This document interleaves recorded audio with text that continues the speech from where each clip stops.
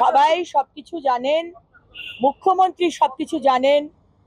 মুখ্যমন্ত্রীর আইবি, মুখ্যমন্ত্রীর police, police অপদার্থ আমরা বলি, কিন্তু এতটা অপদার্থ নয় যে তারা এই ইন্টারনাল খবরগুলো জানে না। এটা তো নতুন নয়। আমরা 2019 সালে আমি এবং বাবুল সুপ্রিয়, সেই সময় উনি বিজেপিতে ছিলেন, আমরা যখন একটি ফ্রেশার্স ওয়েলকাম প্রোগ্রামে গিয়েছিলাম, তখন এই লেফট আর আল্ট্রা লেফটের স্টুডেন্টসরা আমাদের সেদিনকে অ্যাটাক করেছিল। মুখ্যমন্ত্রী কোথায় ছিলেন? মোহাম্মদ সালিম কোথায় ছিলেন? সেদিনকে ধান কাটিয়ে এসেছিলেন আমাদের বাঁচাতে। তাই মুখ্যমন্ত্রী মমতা বন্দ্যোপাধ্যায়, আমি কি বললাম, উনি চান যে এই অশান্তি চলুক।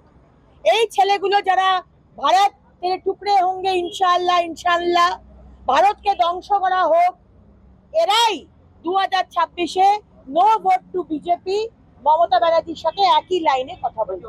পুলিশ প্রবেশ করুক কি পুলিশ প্রবেশ করুক না, কি মিলিটারি প্রবেশ করুক, আমার এগুলো দেখার দরকার নেই। এটা দেখবে সরকার, এটা দেখবে পুলিশ, এটা দেখবে প্রশাসন। আমি চাই আমাদের ছেলেমেয়েরা, সমাজের ছেলেমেয়েরা, আমাদের নেক্সট জেনারেশন, পশ্চিমবঙ্গের ভবিষ্যৎ, তারা পড়াশুনোটা করুক।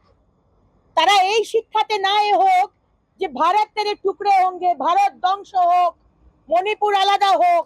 এই শিক্ষাতে যেন তারা শিক্ষিত না হয়, আমি এইটা চাই। যেভাবে জেএনইউ কে ঠান্ডা করা হয়েছে, সেভাবে যাদবপুরকেও ঠান্ডা করা হোক।